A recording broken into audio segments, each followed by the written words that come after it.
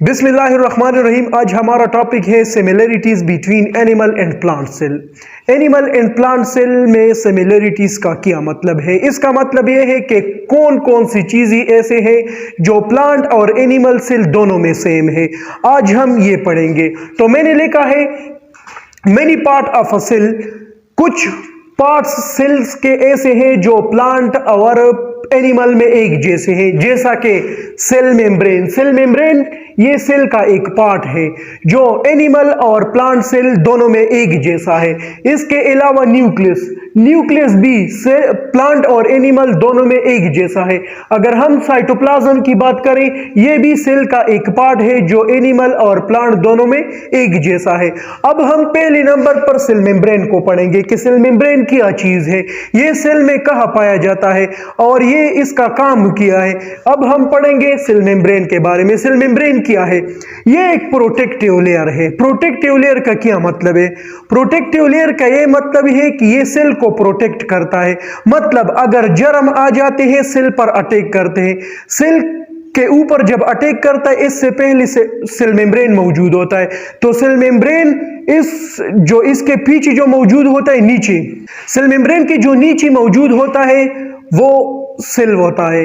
तो जितनी भी जर्म्स आते हैं, वायरस आते हैं, जब ये सेल के ऊपर अटैक करते हैं तो पहले कौन मौजूद होता है? सेल मेम्ब्रेन मौजूद होता है। सेल मेम्ब्रेन का क्या काम है कि ये तो या जर्म, वायरस, बैक्टीरिया वगैरह को एनगल्फ करते हैं, मार देते हैं, तो सेल को कोई भी नुकसान नहीं पहुंचता है। इस वजह से इसे हम प्रोटेक्टिव लेयर कहते हैं।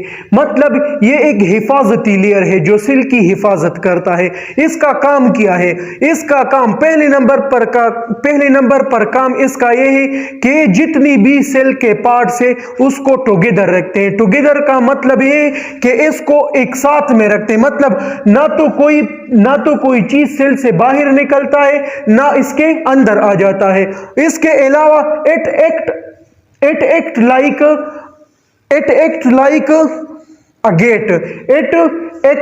अ गेट। ये एक गेट की तरह काम करता है।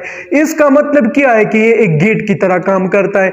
इसका मतलब ये है कि जब कोई बंदा घर को आ जाता है तो घर में वो बस इसी तरह नहीं घुस जाता है, पहले वो गेट को ओपन करेगा फिर घर में घुसेगा। इस वजह से जब कोई चीज आएगी, मॉलिक्यूल आएगी, आयंस आएगी, वाटर आएगी, फूड आएगी, पहले तौर पर पहली जो है ना सेल मेम्ब्रेन को लेगा, इसके बाद फिर ये सेल में आएगा। ये चीजें मतलब आयंस, साल्ट वगैरह जो भी चीजें हैं, ये पहले सेल जो है ना सेल मेम्ब्रेन ओपन होगा, फिर इसके बाद ये चीजें अंदर आएंगे। तो ये गेट का मतलब है। तो मैंने लिखा it act like a gate. ये एक गेट की तरह काम करता है। Control the movement of ions, और ये कंट्रोल करता है आयंस की मूवमेंट को। मतलब आयंस जब सेल के अंदर जाते हैं तो ये सेल मेम्ब्रेन इसके मूवमेंट को कंट्रोल करते हैं। मतलब अगर सेल के अंदर आयंस की मिकदार ज्यादा हो तो फिर तो ये रोक देता है, अगर कम हो तो फिर इसे पास कर देता है। इस वजह से इसे हम कहते हैं कि ये एक गेट है, गेट की तरह काम करता है। इसके अलावा मैंने लिखा है it give fix shape to a cell. ये सेल को एक फिक्स शेप देता है। मतलब अगर हम कहें, मैंने ये सेल का डायग्राम ड्रॉ किया हुआ है, यहां पर ये सेल है, इसके ऊपर जो सुर्ख रंग का मैंने लाइन खींचा है, ये सेल मेम्ब्रेन है। तो ये सेल मेम्ब्रेन की वजह से सर्कल का फॉर्म लेता है। ये सेल मेम्ब्रेन की वजह से एक सर्कल का फॉर्म लेता है। अगर हम ये हटा लें तो फिर ये तो कोई शेप नहीं लेगा। इस वजह से सेल मेम्ब्रेन इस चीज को, मतलब इस सेल को एक फिक्स्ड शेप देता है। मतलब ये एक फिक्स शेप उसे देता है। इसके बाद हम पढ़ेंगे न्यूक्लियस। न्यूक्लियस क्या चीज है? न्यूक्लियस जो है ये कंट्रोल करता है। मतलब सेल में जितनी भी कामें होते हो वो सेल कंट्रोल करते हैं। मतलब अगर हम देखें सेल में जितनी भी कामें होते हो वो न्यूक्लियस कंट्रोल करता है। न्यूक्लियस जितनी भी सेल में कामें होते हैं वो न्यूक्लियस कंट्रोल करता है। अगर मैंने लिखा है it is the control centre of a cell. ये कंट्रोल सेंटर है सेल का। कंट्रोल से क्या मुराद है? कंट्रोल से मुराद है कि सेल में जितनी भी कामें होते हैं, ये सेल में जितनी भी कामें होती हैं, ये न्यूक्लियस कंट्रोल करता है। इसके बाद अगर हम देखें तो सेल का जो न्यूक्लियस का जो पोजीशन होता है, इसका जो लोकेशन होता है, ये डिफरेंट होता है डिफरेंट ऑर्गेनिज्म में। मतलब अगर मैं एनिमल की बात करूं, एनिमल में न्यूक्लियस बिल्कुल सेल के दरमियान में मौजूद होता है। और अगर मैं प्लांट में इसकी बात करूं, प्लांट में ये एक तरफ पुश, सेंट्रल विक्यूल जो होता है ये इसे पुश करता है। मतलब अगर मैं सेल को देखूं प्लांट में, ये फॉर एग्जांपल सेल है और इसमें न्यूक्लियस है, इधर एक सेंट्रल विक्यूल मौजूद होगा। इस सेंट्रल विक्यूल की वजह से ये न्यूक्लियस अपनी जगह से डिस्प्लेस होकर इधर आ जाएगा। तो इसका मतलब ये हुआ कि इसका जो लोकेशन है ये डिफरेंट ऑर्गेनिज्म में डिफरेंट है। इसके बाद हम पढ़ेंगे कि न्यूक्लियस में जितनी भी इंफॉर्मेशन पड़े होते हैं वो सारे क्रोमोसोम में मौजूद होते हैं।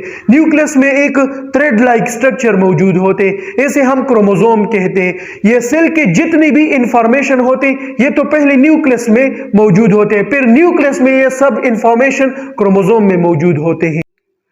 जी, तो तीसरे नंबर पर हमारे साथ है साइटोप्लाज्म। साइटोप्लाज्म क्या है? साइटोप्लाज्म सेल में जो ग्राउंड रीजन है इसे हम साइटोप्लाज्म कहते हैं। सेल में ग्राउंड रीजन से क्या मतलब है? मतलब अगर मैं सेल को देखूं, सेल में बिल्कुल सेंटर में न्यूक्लियस मौजूद होता है और इसके अलावा इसमें सेल का जो दीवार है ये मौजूद है। सेल के दीवार से अंदर और न्यूक्लियस से बाहर जितना भी ये एरिया है इसे हम साइटोप्लाज्म कहते हैं। साइटोप्लाज्म फिर किन चीज़ों पर मुश्तमिल है? साइटोप्लाज्म में 70% वाटर मौजूद होते हैं और इसके अलावा जितने भी ज़रूरत के मुताबिक काम हैं ये सब साइटोप्लाज्म में होते हैं। मतलब अगर मैं देखूं, इसमें माइटोकॉन्ड्रिया मौजूद होता है। माइटोकॉन्ड्रिया का काम ये है कि ये फूड को ब्रेक करता है और इससे एनर्जी रिलीज करता है। मतलब ये जो बिल्कुल ये एसेंशियल फंक्शन है, ये जो ज़रूरत के मुताबिक जो काम है ये माइटोकॉन्ड्रिया में होता है। माइटोकॉन्ड्रिया कहाँ पर मौजूद होते हैं? साइटोप्लाज्म में। मतलब मेरे कहने का मतलब ये है कि जितनी भी ज़रूरत के मुताबिक काम है ये सब साइटोप्लाज्म में होते हैं। और इसके अलावा साइटोप्लाज्म में फिर से छोटे छोटे स्ट्रक्चर मौजूद होते हैं, इसमें छोटे छोटे पार्ट्स मौजूद होते हैं जिसे हम ऑर्गेनील्स कहते हैं। ऑर्गेनील्स क्या है ये मैं नेक्स्ट लेक्चर में बताऊंगा। तो सबसे पहले मैं आपको ये बताऊं कि the ground region of a cell, ये ग्राउंड रीजन जो सेल का होता है इसे हम साइटोप्लाज्म कहते हैं। और ये साइटोप्लाज्म 70% वाटर पर मुश्तमिल होता है और जितने भी ज़रूरत के मुताबिक काम है ये सब साइटोप्लाज्म में होते हैं। और it contain small structure called organelle. इसमें जो है ना छोटे छोटे स्ट्रक्चर्स होते हैं, छोटे छोटे पार्ट्स होते हैं, इसे हम ऑर्गेनील्स कहते हैं। ऑर्गेनील्स के बारे में हम नेक्स्ट लेक्चर में पढ़ेंगे। खुदा हाफिज।